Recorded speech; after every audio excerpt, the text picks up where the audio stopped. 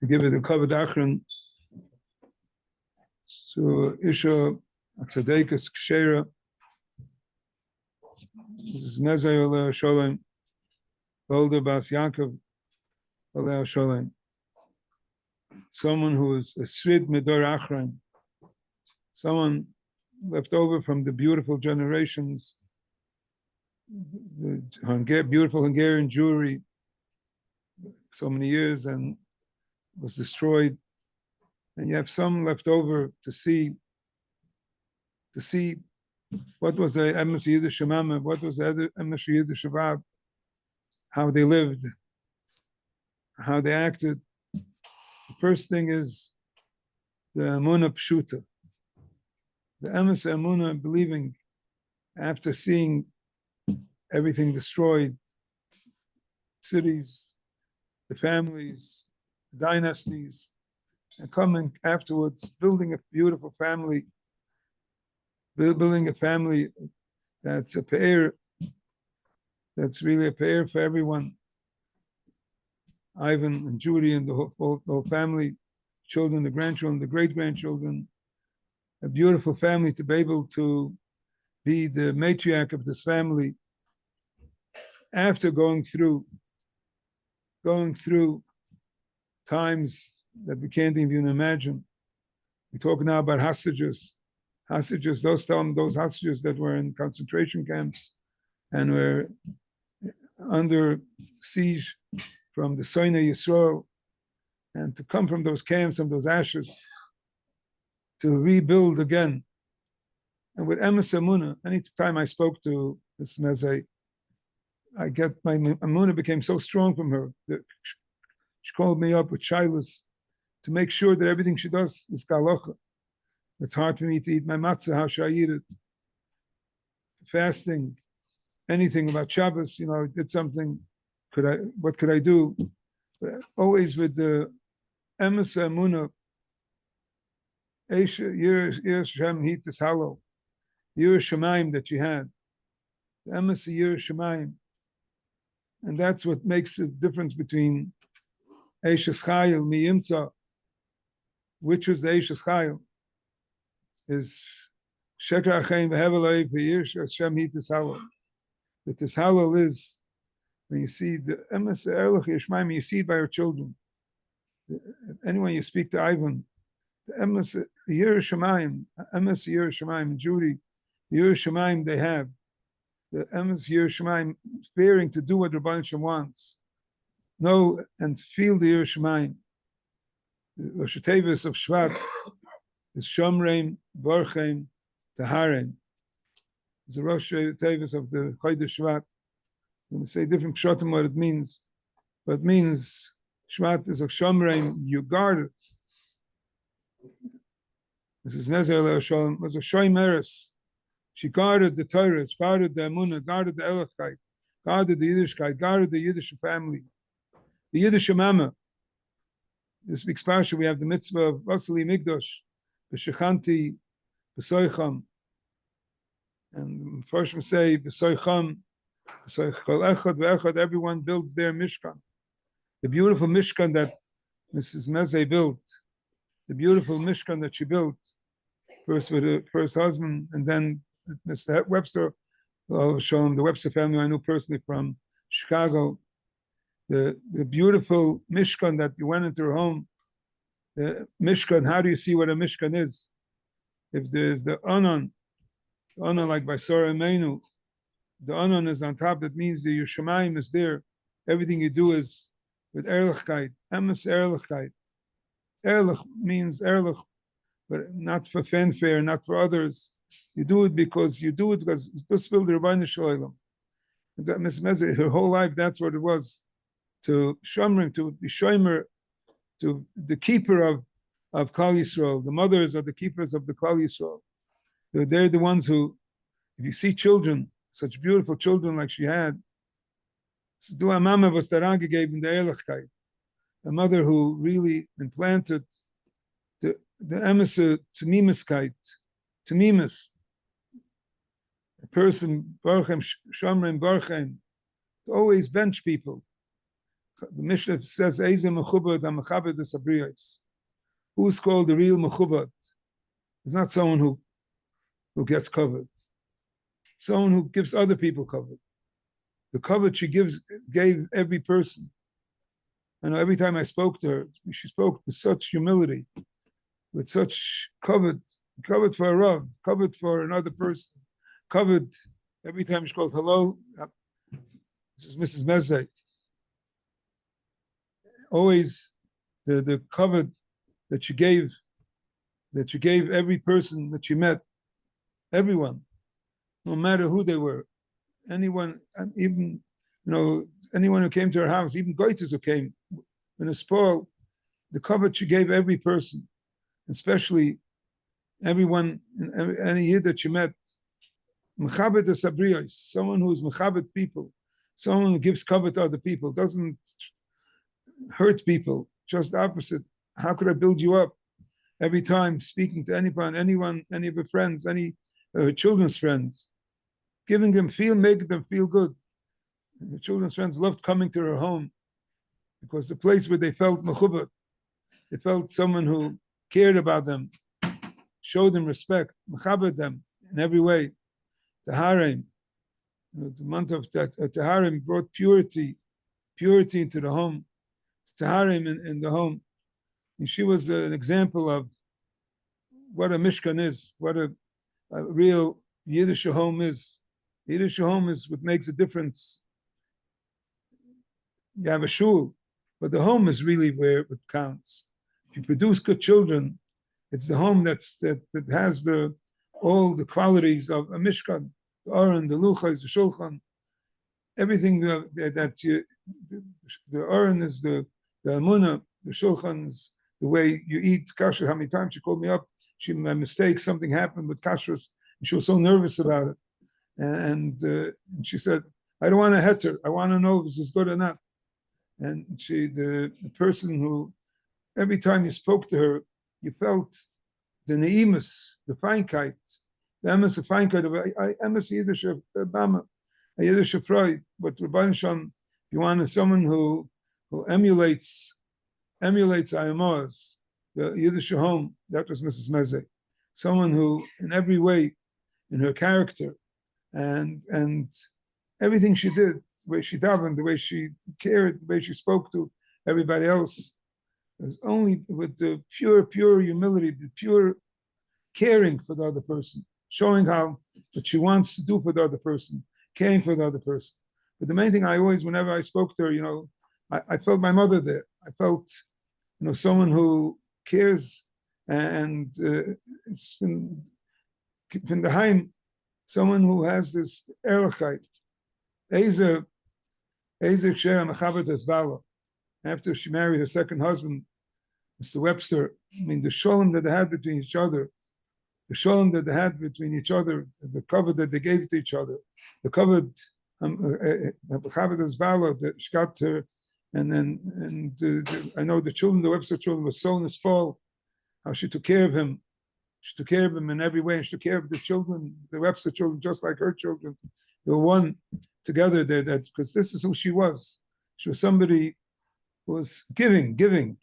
That's a Yiddish mama, get, doesn't care. I didn't get enough for you. What could I do for my children? I'm not doing enough. That's what's her. Maybe I'm not doing enough. Did I do enough for Judy? Did I do enough for them? You know, Ernie needs refuah shalema, and every time I spoke to her, the first thing she said, the Rubes al davening, the Rubes al davening. They should daven for him. You know, Shmuel ben Chana zalman refuah shalema, so Shchal Yisrael, and the covered that she got from her children, the covered, you know, from Ivan and Judy here. I mean, she didn't move away with everything till the last minute. She called last week to know exactly what to do with the mammoth. Now Ivan knows that everything should be done kalacha to keep her alive as long as we can, to do as much as we can for her, to do everything for her. And that's implanted from a mama and a tata. The implant, if you see children respect their parents, and you give the proper cover for parents, you know what kind of parents they are. You can fool the whole world. You can't fool your children. Children know who you are. Children, and if you want to see who the parent is, look at the children. Look at her children. Look at Ivan and Judy. Look at the feinkeit, the ehrlichkeit, the tmimiskeit, the neimiskeit, the doing, the caring, the chesed. This is all her and that she put in together with her husband into the children. Come together, losing such a chashuv person is a loss for Klal Yisrael, a loss for Klal Yisrael. And every time I spoke to her, she always asked me, "What's it on in Eretz Yisrael? What's it on? What's it on?" She was worried so much, worried about what's happening, and that's what's all her tefillos always till the last minute. Her tefillos were always for others, for others. For me, darf ich gunish. For me, darf ich gunish. Was kann ich tun für jenen? What could I do for the other person? That was her motto of her life. What could I do? Could I do for my husband, for my children, for my besmedrish, for my shul, for my friends, for Klal Yisrael, for Eretz Yisrael? That's what her whole life was all about. When you come back to a hesped, the purpose of a hesped is to learn from the person. To learn from a person. We can learn so much from her. We can learn so much from her. Midas toivus, midas toivus, the feinkeit, the way she spoke, the idlekeit she spoke. Mamash, it was pure as silk. When you spoke to her this week, we have now the yontiv of Purim, the yontiv. Noshim Tzidkoni is the hero of the whole Purim is a woman, Esther, and the hero of the Shchus Noshim Tzidkoni is the Gala V'Seinu, the Mitzrayim. We went out of Mitzrayim from the woman. The same thing about the Mishkan. V'yivoyu Anoshim Al Anoshim. The women are the ones who were the first ones to donate. Meir Shapiro once was here in Toronto, is also in Chicago, and he made appeals, and it wasn't so much liach. One time he came to a shul and he started crying. All of a sudden, women started throwing down their jewelry. He says, "Oh, that's who the ones who give away everything, and that's who the Yiddish mamas are, giving everything to build." And that's what Mrs. Mezei was. She's a person who built this beautiful home.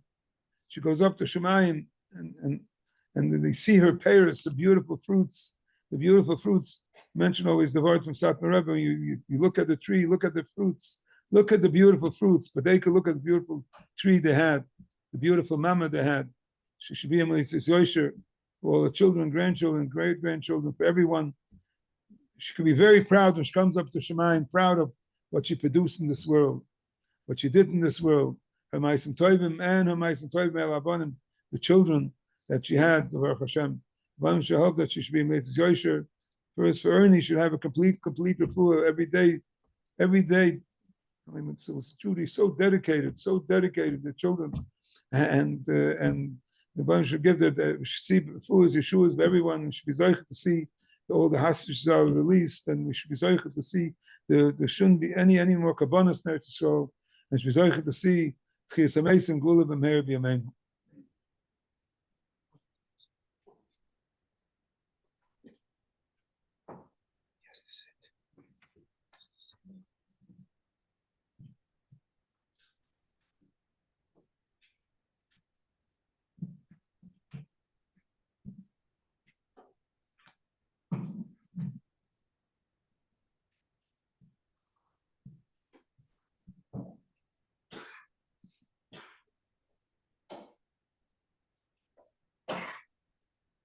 And you encapsulated my mother to a T. Shulchan Aruch in Siman Shian Dalad Mem The first halacha says the following: Mitzvah gedola lehespid es hameis karoi sheyorim koiloi loymar olav dvorim hamushabrim es halev. Why? Kedei laharbois habechi ulahaskir shvachai. It's a mitzvah to be maspid an adam kosher or an isha kashera, as in this case. The Gemara in Sanhedrin declares a shaila as to who are you being maspid? Are you being maspid the Chaim or the Mace? It would be obvious that to say that we're being maspid the Mace. We want to extol the virtues of the Mace and to let people know who we have lost. So what is the Gemara's shaila as to be declaring that maybe there's a tzad to say that the hesped is for the Chaim. And the Chaim are all of us, especially the family. The answer is that in the hesped, to arouse bechia is not just to say that we have lost someone with special virtues and special midas, but rather because we want to impart, those virtues should be imparted to the Chaim as well.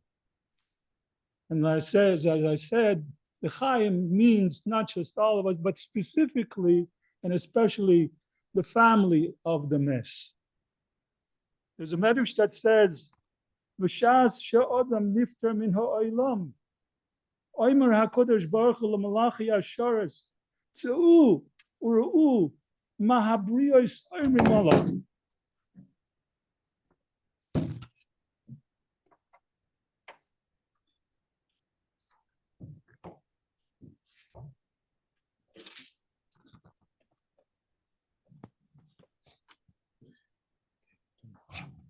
Tz'u u'ru'u mahabriyos oimrim olav. Kosher haya, Yerushalayim haya, Goimel Chasodim haya.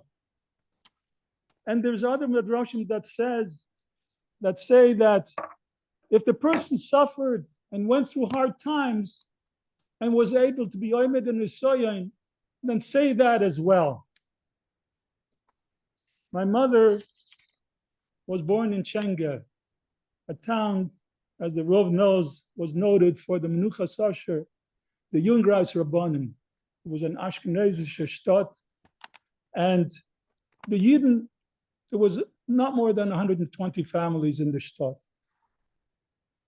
But they were all Tamimim, they were all made from the same material. They were Yirei Shemayim, and as the Rav said, they were mamish with pshuta emunah.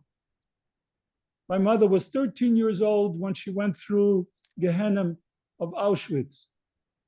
She came out from Auschwitz because her mother and her aunts were able to protect her.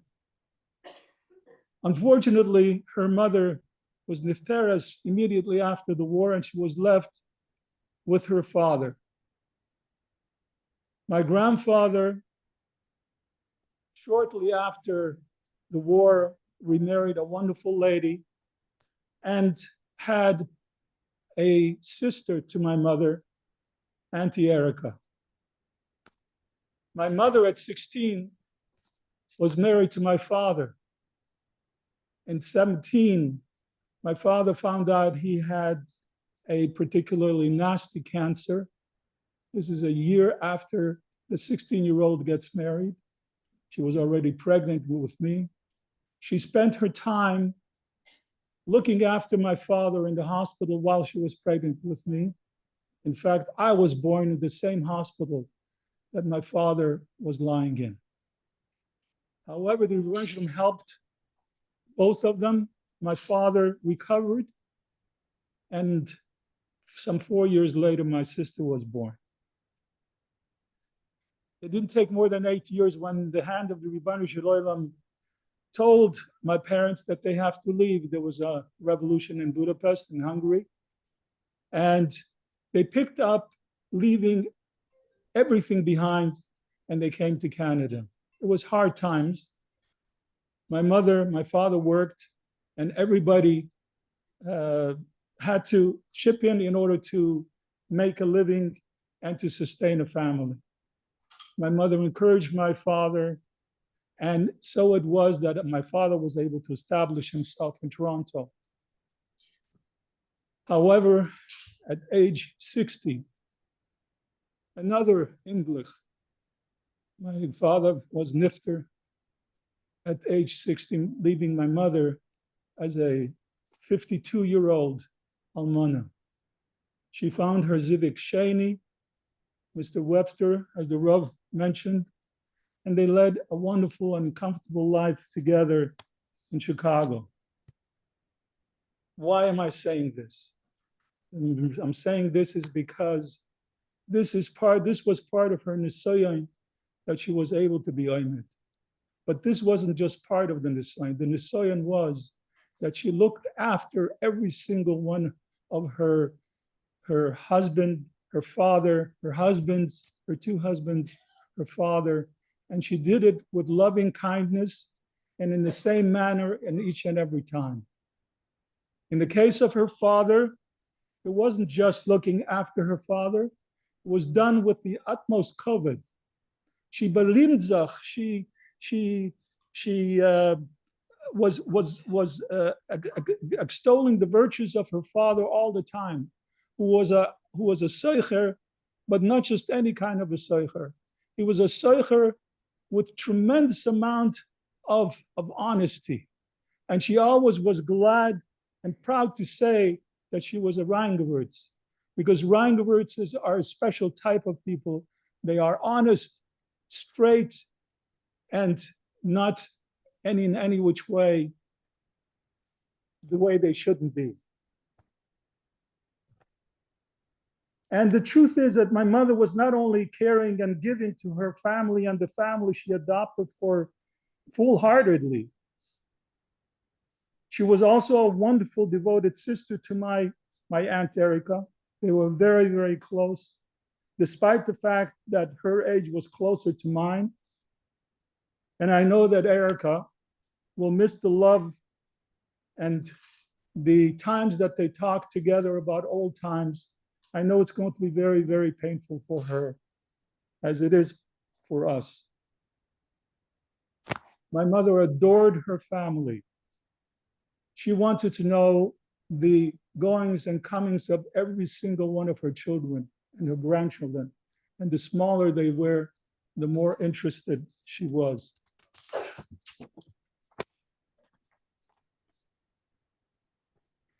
I think the Rav and I, we agree. If I have to think about one particular midah that my mother had, and that was to be dignified and to speak to people with dignity. It didn't matter, as the Rav said, whether the person was older or younger. It didn't matter if that person was a Meshoras and not Jewish Meshoras.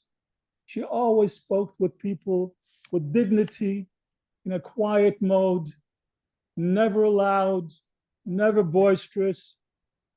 And this is something that she learned from her father as well. If anything, this probably would be the crowning personality that she had. And yes, she did have tremendous amount of emunah pshuta. She had to have had. Going through all the times that she did, it was only possible to do it if you had a tremendous amount of emunah pshuta. And yes, Rabbi Lowy, by her, whatever the Rav said, she wasn't looking for a heter. Whatever the Rav said, that was Teres Emes, and nobody would be able to persuade her to do otherwise. This is something that came again from her parents, her father, and that's the way she was as well. So therefore, when the malachim will go out and ask around,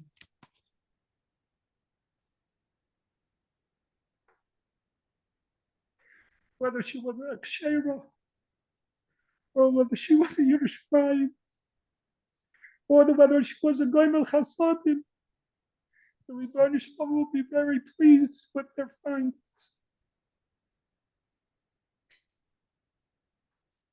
So when the Gemara says that the hesped is not just for the mace, it's for the Chaim as well, in particular to the family, this is the Yerusha that she's leaving, not material things, but the Yerusha of someone who's dignified, Yerushalayim, and honest and straight. That we should all, including myself, all of us, that we should be able to follow and to be able to use this Yerusha.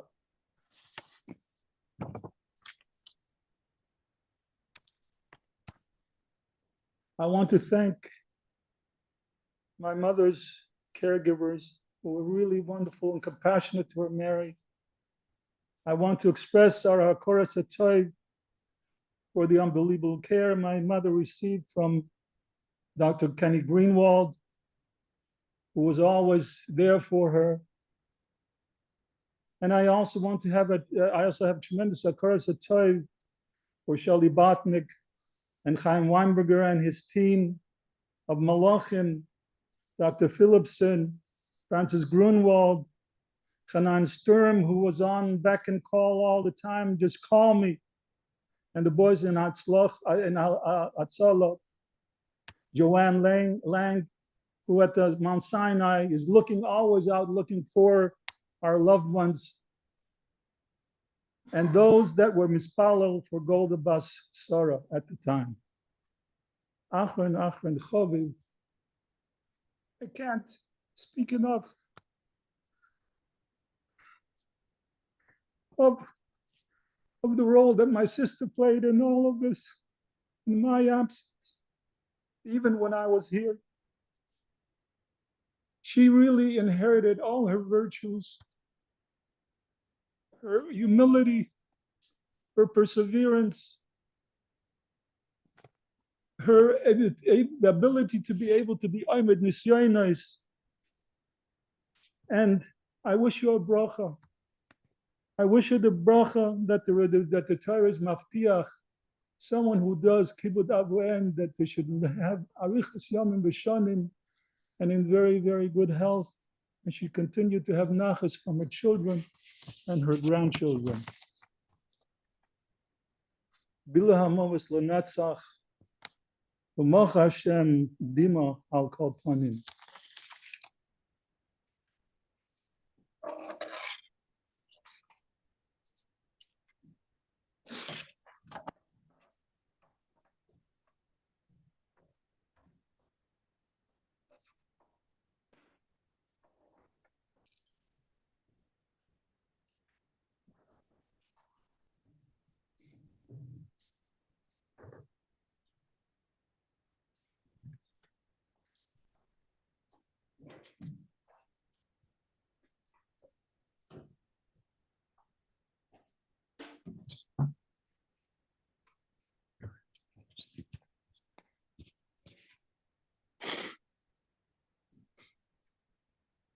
Not really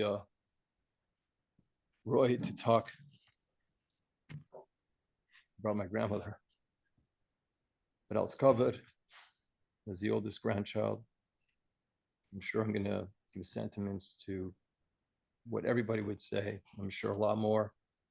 I'll try to make it short and try to bring out some pertinent points. I was lucky to have a grandmother who was really one of the last yechidim, who not only witnessed people that were killed al Kiddush Hashem, but lived every moment of her life al Kiddush Hashem Hachaim. Her story, like my uncle was saying, and just only a drop in the bucket. It's beyond comprehension what she went through. At a young age, at 13, going through the camps, surviving with her aunts, her mother, getting married at a very young age. And like we were talking in the hospital, going through the border at 2 infants in the middle of the winter, leaving Hungary and find their way to Canada and establishing a family here. It's amazing.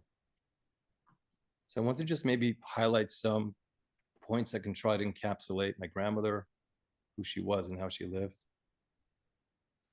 The first thing, as the Rav said and my uncle said, I mean, it's a chutzpah sholosh, is her relationship with her Rebbeinu Shalom.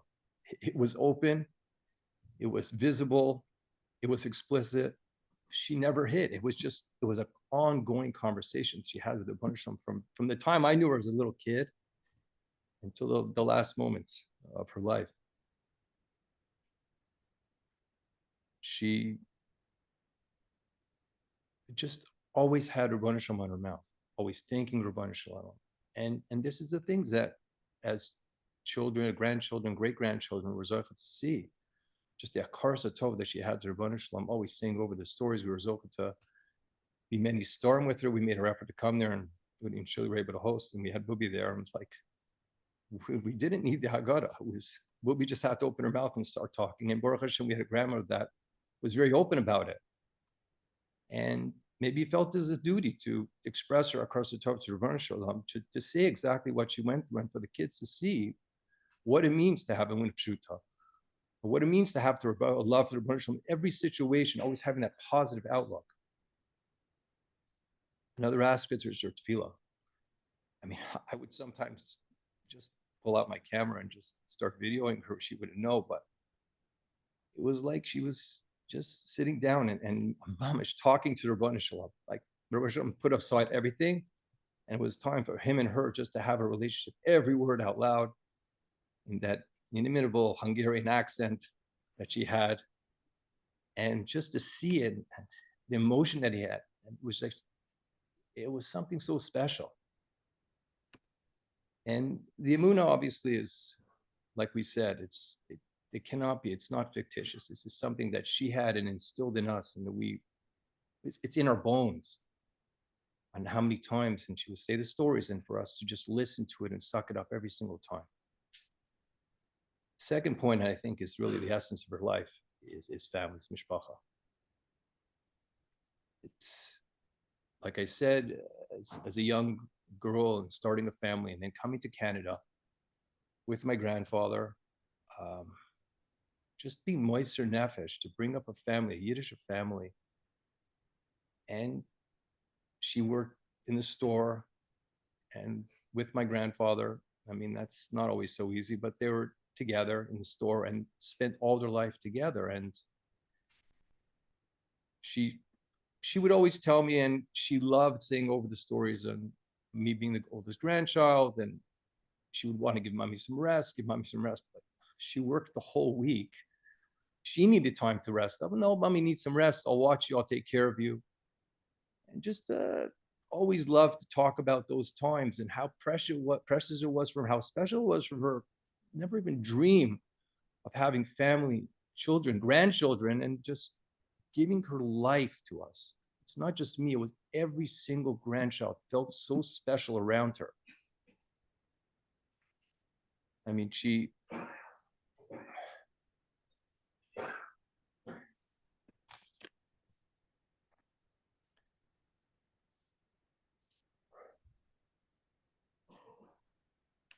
my grandfather unfortunately passed away, like my uncle said, at a young age.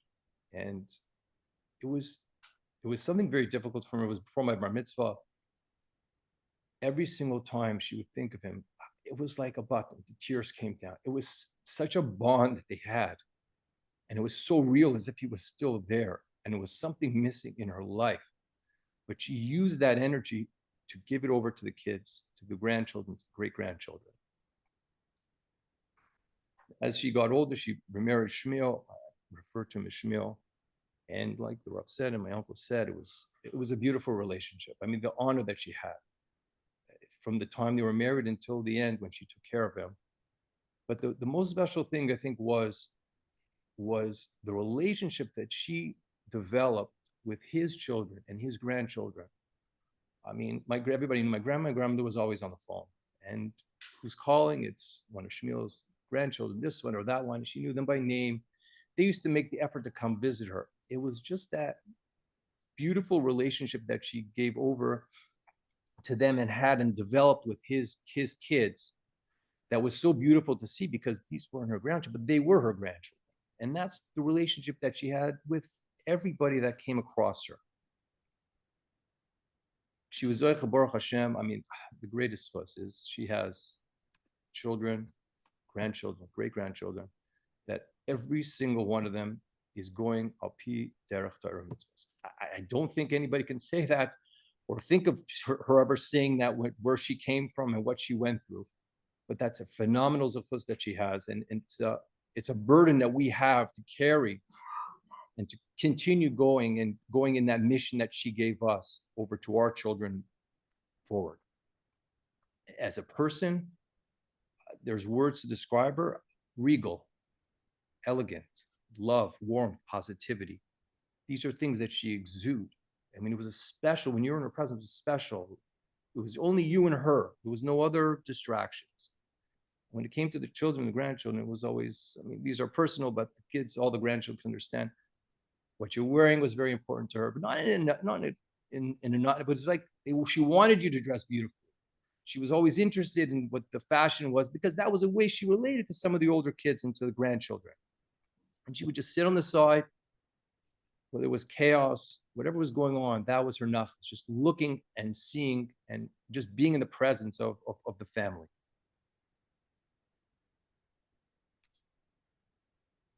Unfortunately, going into situations where tragedy happens, special people really step up to the plate.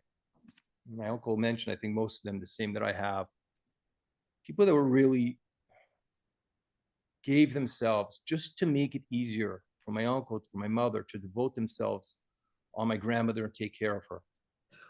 There's no specific order, but same, the caregivers, Mary and Sumitra, Shelley Botnick, Chaim Weinberger, John Lane, Hanan Sturm, Francis Grunwald, Dr. Phillipson, Dr. Grunwald, and also the organizations of Hatzalah and Bikur, because, I mean, Ma, where are you? I'm in the hospital. Oh, don't worry, I'm at Bikur. It's, I mean, Hashem should bless all the people who contribute to these organizations, because, and the people that are in the organizations running it, it really is a special thing. Mikam Kli Yisrael. And Misaskim, unfortunately, in times like this, just make it so much easier to devote ourselves on the mace and the covet of the mace. In closing, I just wanted to say to my mother, Ma, you're superhuman. You really are. I don't have to learn Shulchan Aruch when it comes to Kibbutz Avim. I just have to look at the way you conducted yourself, the way you spoke to a bubby from a little kid until yesterday. It is unbelievable. My kids see it, all the grandchildren see it. It is something unbelievable. I mean, you have as a chus, I don't know, I really don't know how you do a juggling between the store, between Tati and Bubby. There was never a time you didn't have the energy. How you had the energy, I don't know.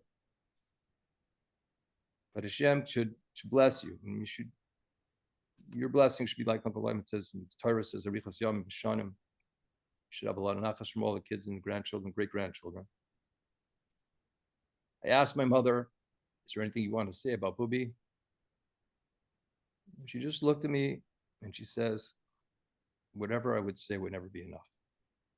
And that's so true. And Baruch Hashem, we were zocheh to have a grandmother, great-grandmother, like Bubby. She'd be the mitzvah yashara for the whole family of all of Klal Yisrael, because I'm sure she will.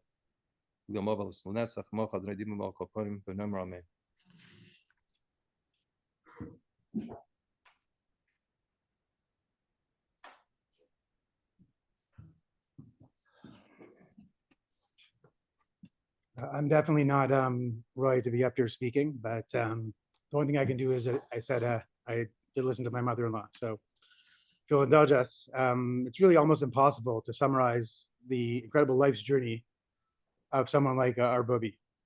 She was zocheh to such a riches yamim But I'm really going to just try to provide some insight into her life and the lessons that we all were zocheh to learn from her, as the Rav said, because she was the matriarch of our family. You know, she was born in Shenger. Her family was Moser Nefesh for her to go to Jewish school. She survived Auschwitz. And we know that she came to Canada because she wanted to be in a place where she could freely practice Yiddishkeit, because this was something that was of paramount importance to her. For Bubi, Yiddishkeit and her family were her entire existence. She worked to support her family together with her husband, Olav Hashem, and she also took care of her parents and her mother-in-law. She made sure that all of her children went to from schools, Eitz Chaim specifically in Eretz Yisrael, Baltimore, and Beis YAAKOV. Bubi would never compromise on Yiddishkeit. We know later in life she remarried to Mr. Shmuel Webster, Olav Hashem, and we're grateful to him and his family for the love that they showed Bubi and really welcomed her. Chazal say that when it comes to a Talmid Chacham, gadol shimusho milimuda, one learns more from watching how a Talmid Chacham behaves than what he actually can teach them. And really, Bubi was no exception. Witnessing the way she carried herself, how she acted, spoke, and listened when others spoke, taught our children by example in a way that nobody else could.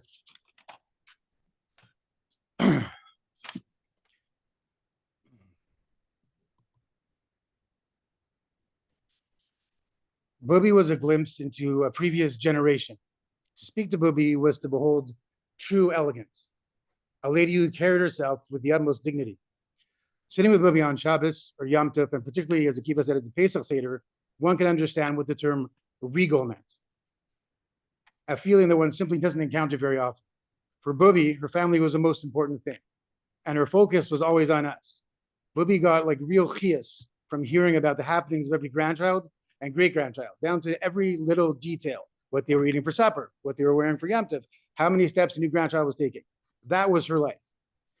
And our family was immensely privileged to have Bubi in our midst. To have our children be able to interact with her regularly was a level of chinuch that transcended anything that they could learn in any school or yeshiva. We all looked forward to spending time with Bubi on Friday night, and the boys would fight for the opportunity to say Kiddush for her. Just watching Bubi provided us with insight into how we were to do mitzvahs. At the Seder on Pesach, Bubi would tell us her own super years of trying, her escape from Hungary with a knock on the door from her mother-in-law, telling her to take the children and leave while she was still able to.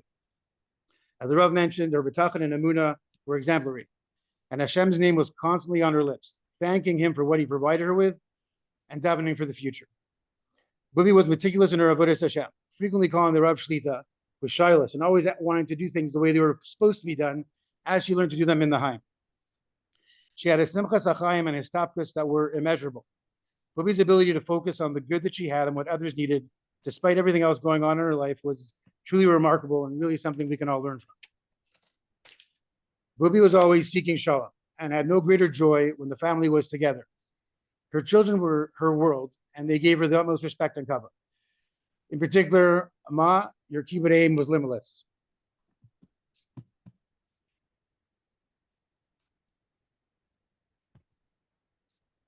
You were 100% devoted to Bubi's well-being, her kavod, and every minute detail of her physical and emotional well-being. Despite all of your other life responsibilities, Mom, you still managed to give more than 100% of focus on Bubi. Every day, every minute, you're always at her side.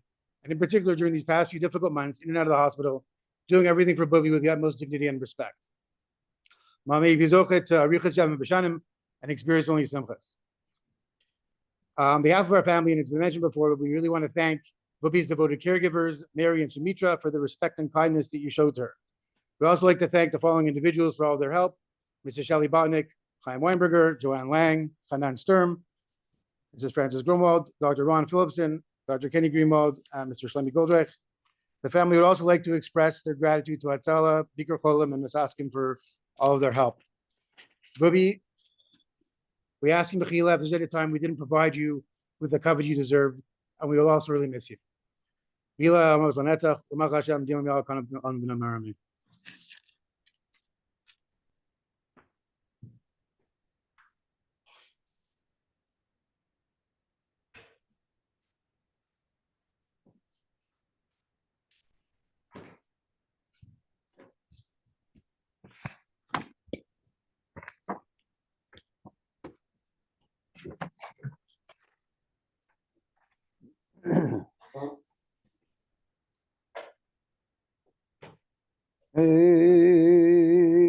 Moli Rachamim, Shoichaim Bamrohim, Mezei Menucha Nechayino, Al Kanvei Ashechino, Dem Alois, Kedoshim, Utahoyerim, Kizayar Arakia, Mazihirim,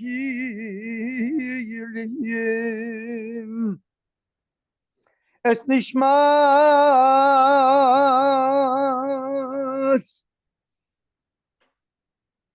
Pisha GODLA Vashav YAAKOV, Shochali Lama,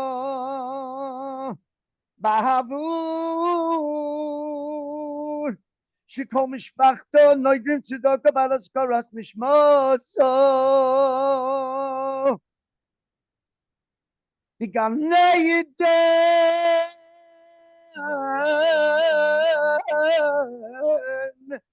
Tehay Menuchasa, V'chein Balo Rachamim, Yasireo B'seisa Kinavav, L'yoylamim, btzror Hachaim es Nishmaso, Adino Yunachlaso, V'sanuach B'shalom al Mishkavo, V'noi Maromein. Tzrurah will take place in the basic Hachaim of the Smedish of Agudah. The Shiva will take place at the Ferris home, 101 Almore. Shachris during the week is 7:30. Mincha at 10 to 6, followed by Mariv. On Friday, Mincha will be at 1 o'clock.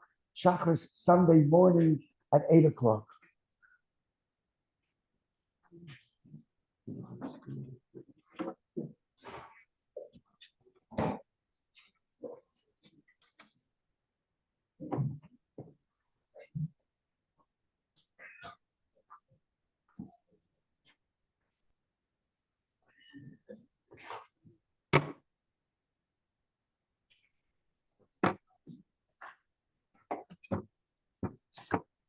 All those who are on Zoom, we will be showing you the accompaniment of the Mrs. Mezei down the street here on McGilvery. We won't, at this point, be going to the feld for the actual Kevura. If that changes, we will know momentarily. Thank you again for joining us this afternoon.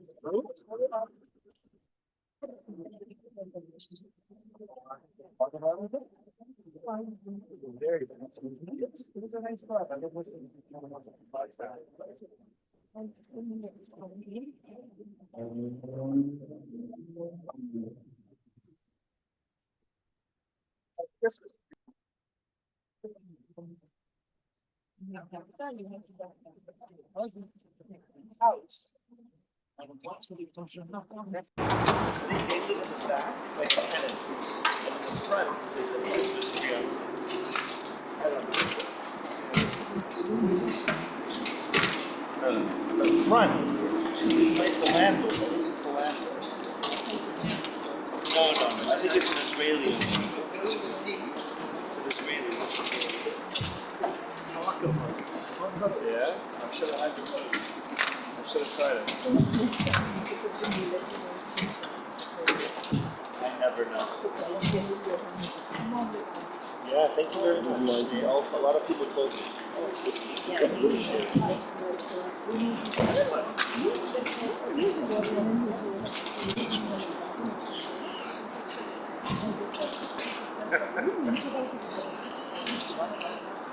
You know what?